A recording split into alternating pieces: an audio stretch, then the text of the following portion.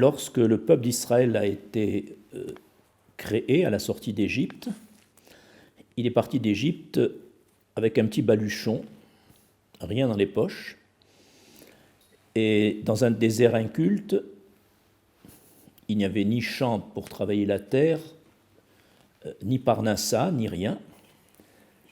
Et dans ces 40 années passées dans le désert, l'Éternel a fait pleuvoir le pain depuis le ciel, le pain céleste, la manne, durant 40 ans. Et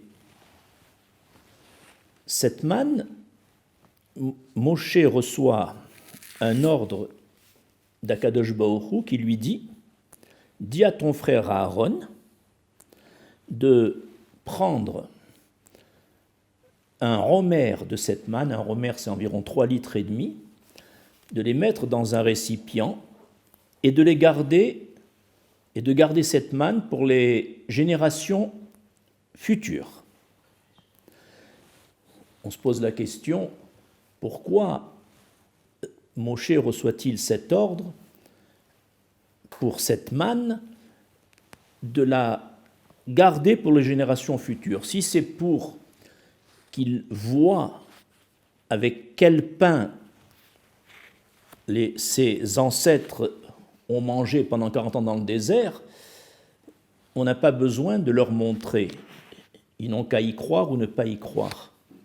Donc, il y avait un but dans cette présentation de la manne, c'était pour dire aux générations futures, sachez que cette manne ne concerne pas seulement la génération du désert durant 40 ans, mais cette manne, c'est un pain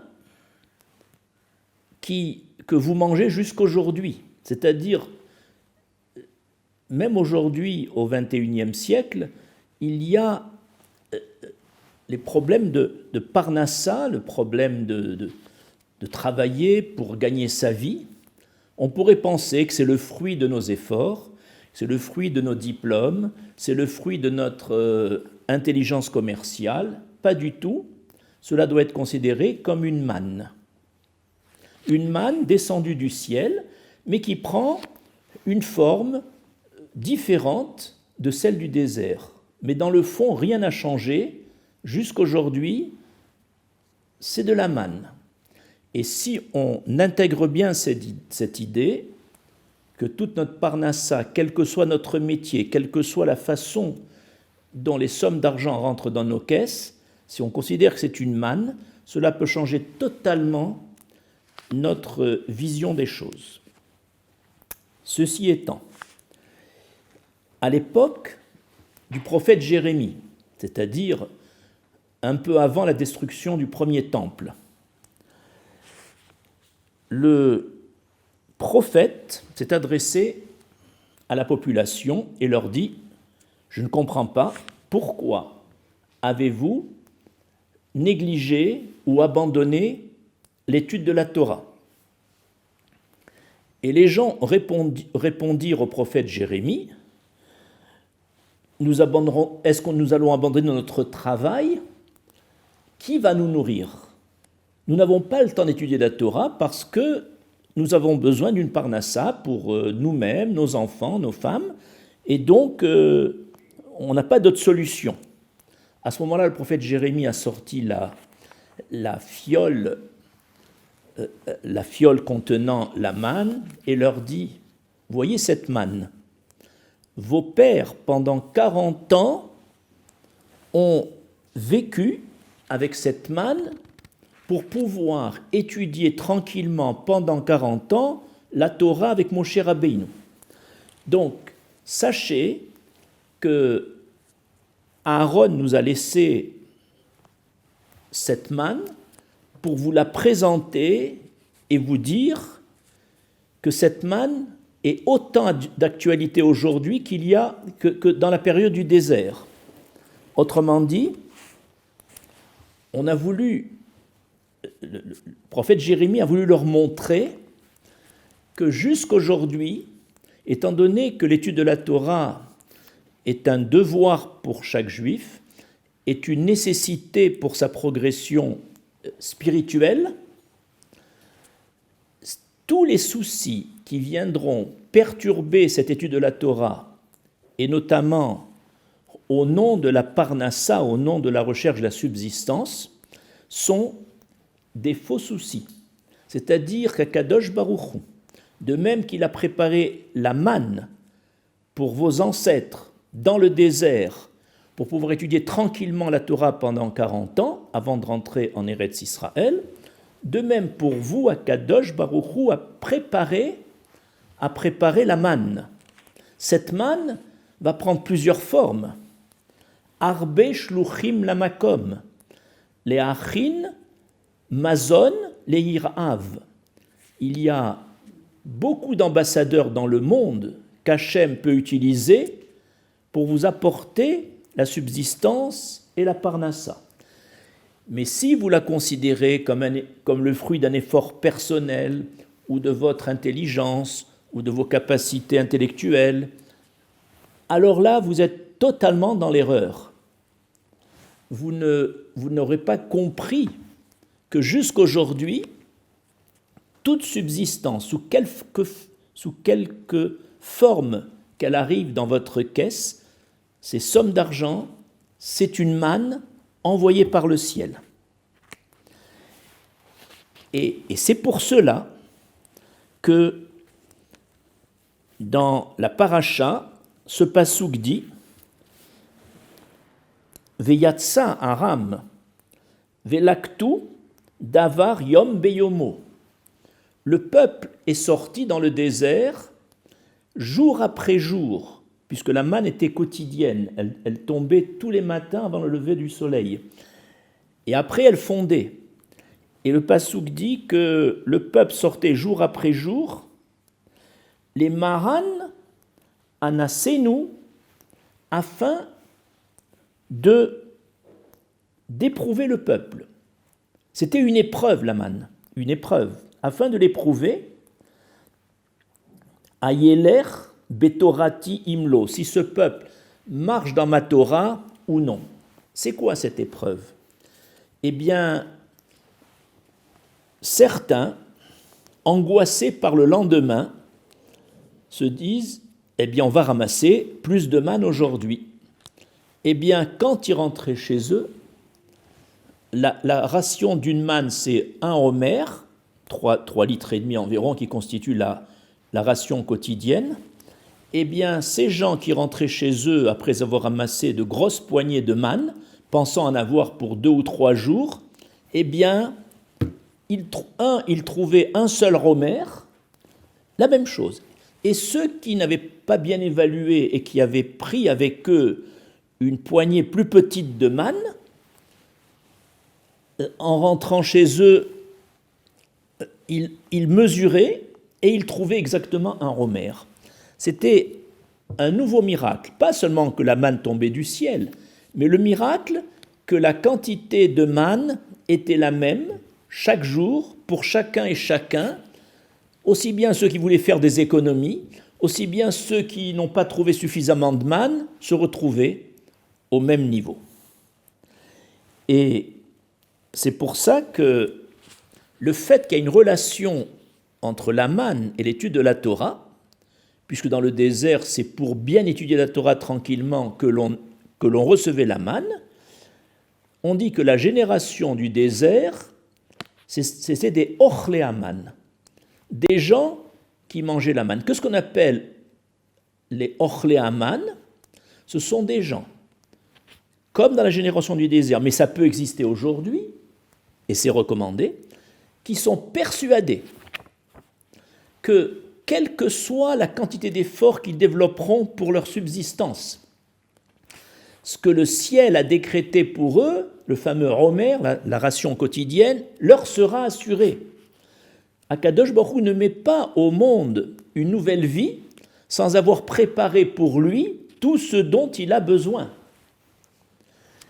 Et c'est pour ça que la manne va constituer une épreuve. Est-ce que tu vas, par angoisse économique, travailler davantage, au point d'abandonner la Torah, ou est-ce que tu te dis, je dois étudier la Torah, c'est mon devoir, c'est la meilleure façon de progresser et de me rapprocher de mon Créateur, et j'ai confiance en lui, il m'amènera ma manne, comme il l'a amené à mes ancêtres. Celui qui raisonne comme ça, c'est un ochlé aman. Il mange de la manne jusqu'aujourd'hui.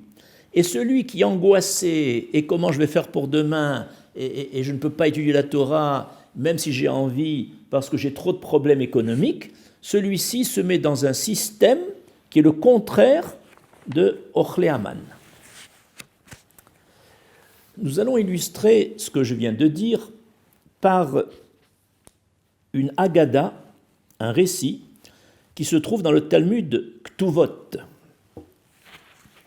Un jour, un homme pauvre se présente au domicile du grand Chacham Rava pour demander une aide alimentaire. Et Rava lui pose la question.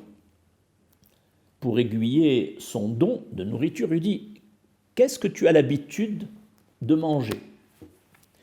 Et ce pauvre, avec une assurance incroyable, lui dit « J'ai l'habitude de manger du poulet farci et du vieux vin. »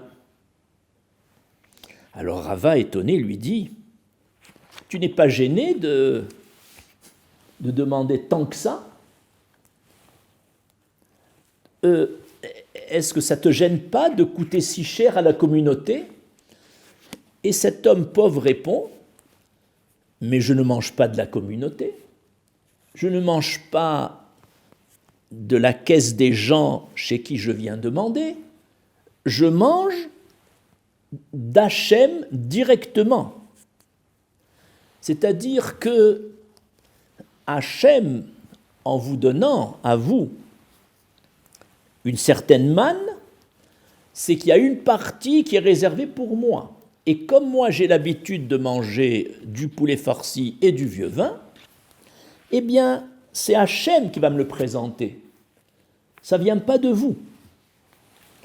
Et il continue et il dit, d'ailleurs, il y a un verset de Téhilim, dit le pauvre, qui dit, je vous le cite, « René kol elecha » c'est le Téhilim 145, « René kol elecha » les yeux de tous sont dirigés vers toi, Akadosh Baruch Hu, ils savrou,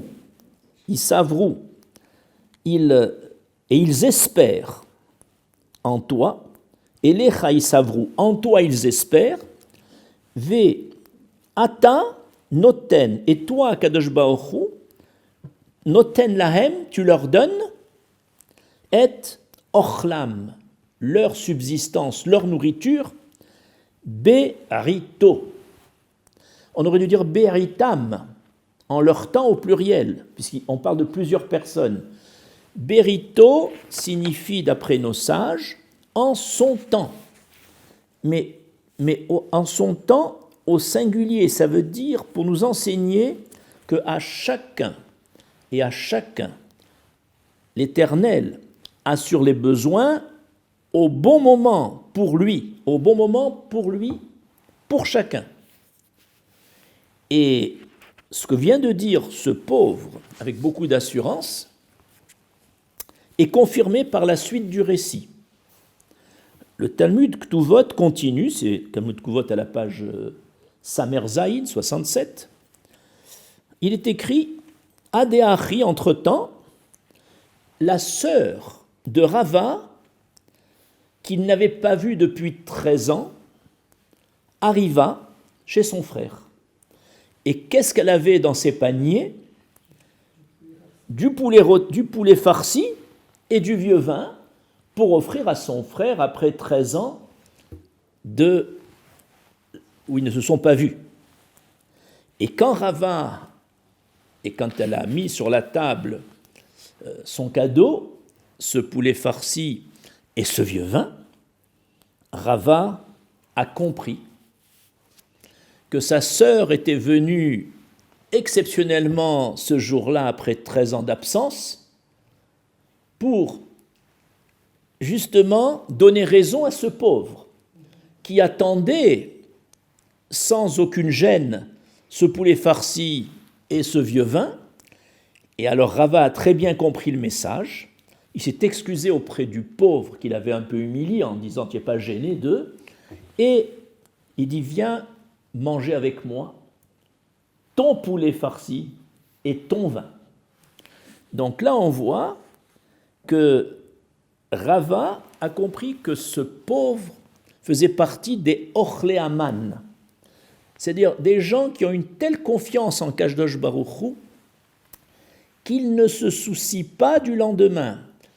Ils ont même l'argent pris de la caisse de Tzedaka, pour eux c'est une manne qui tombe du ciel. Et Rava a dit, ce repas de luxe que moi-même je n'ai pas l'habitude de manger, eh bien j'en profite avec toi aujourd'hui grâce à ta émouna, à ta confiance en Akadosh Baruch Hu. Et de là on comprend qu'Akadosh Baruch Hu a prévu pour chaque homme ses besoins. Et nous, du matin au soir, on s'angoisse, comment je vais faire pour demain et comment je vais faire pour après-demain. D'abord, la manne vous apprend Baruch Hashem Yom Yom. C'est pas pour rien qu'Hachem faisait tomber la manne chaque matin, une fois par jour, avec toute la ration quotidienne. Hachem ne faisait pas tomber la manne une fois par mois, une fois par semaine.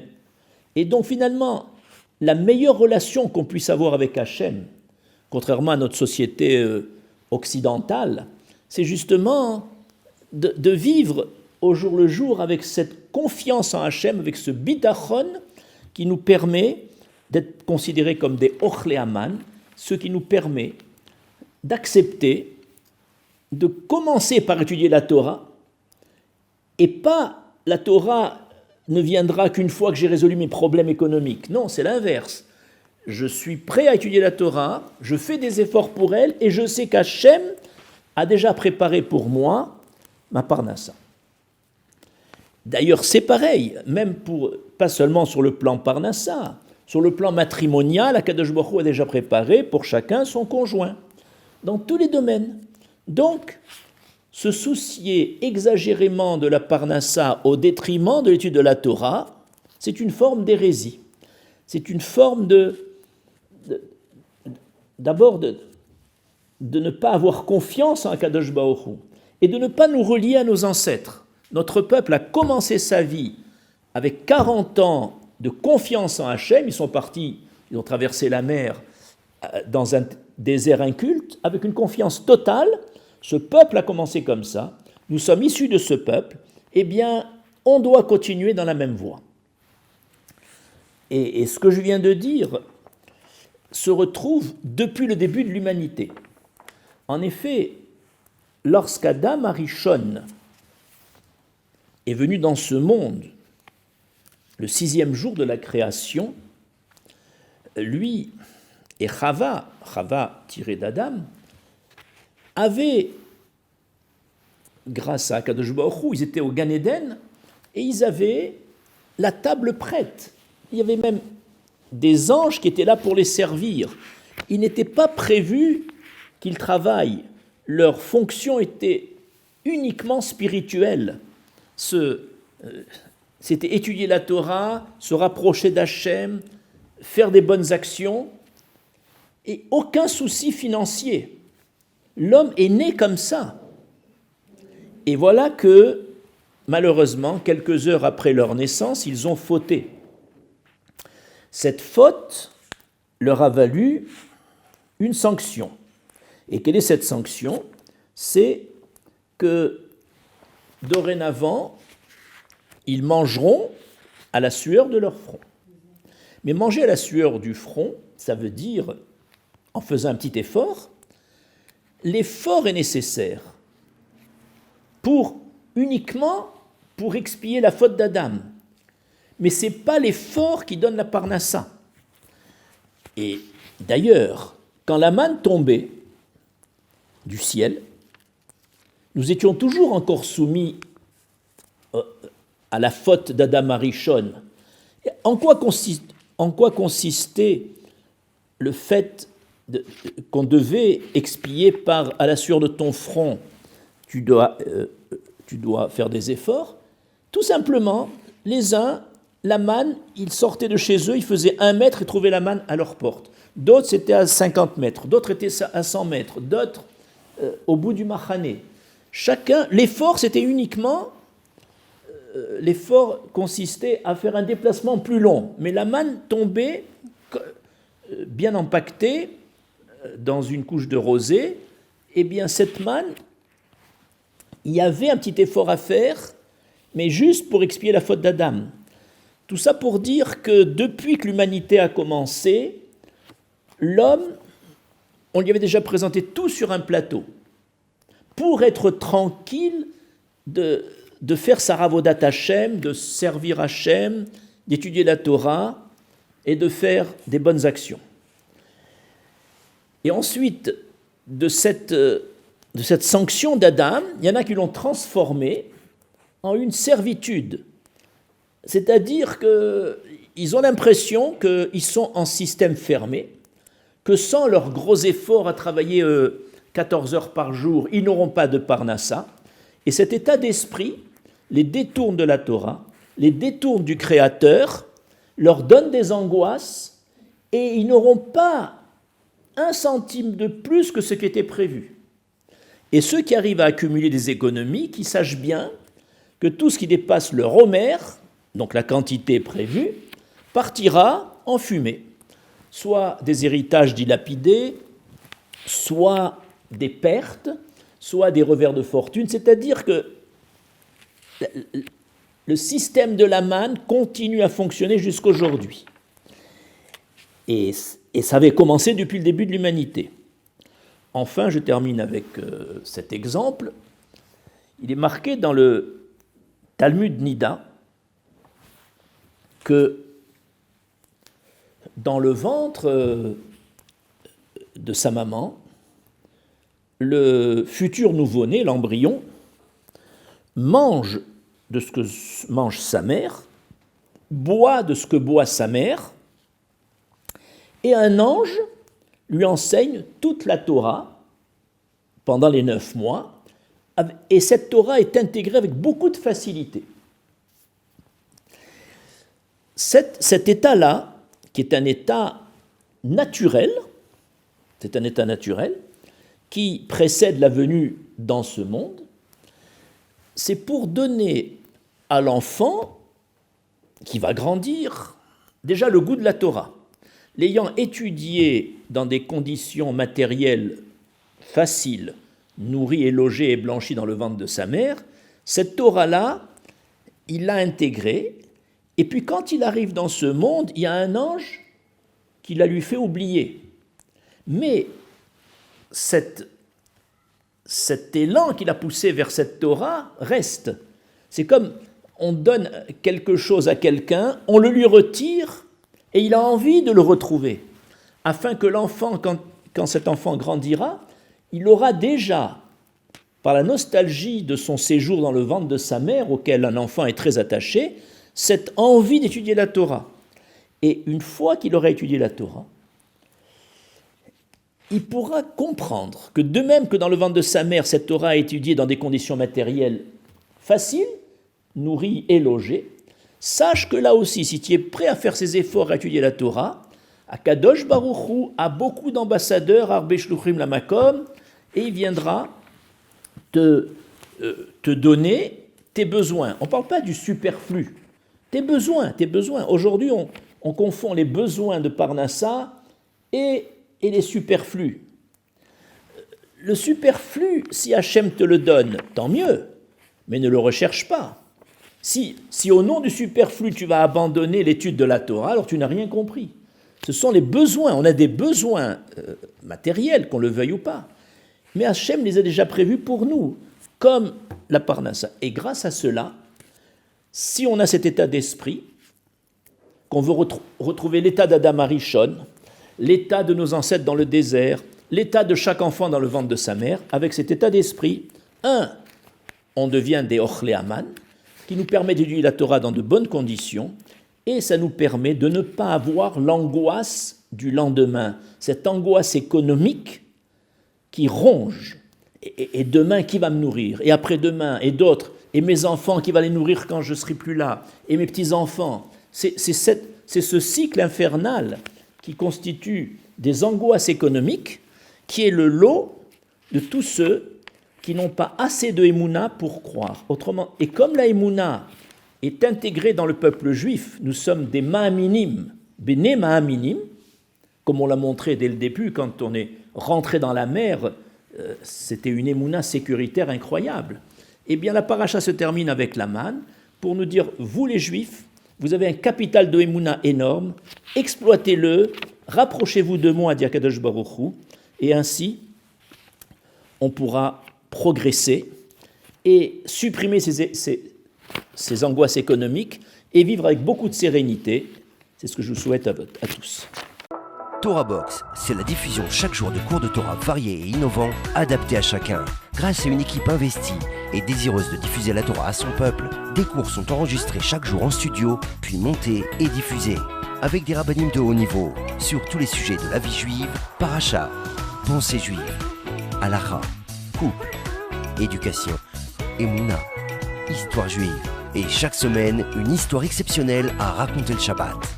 De nouvelles émissions et débats innovants qui confrontent Torah et actualité. Des concepts de vidéos qui expliquent la halakha de manière ludique, divertissante et accessible.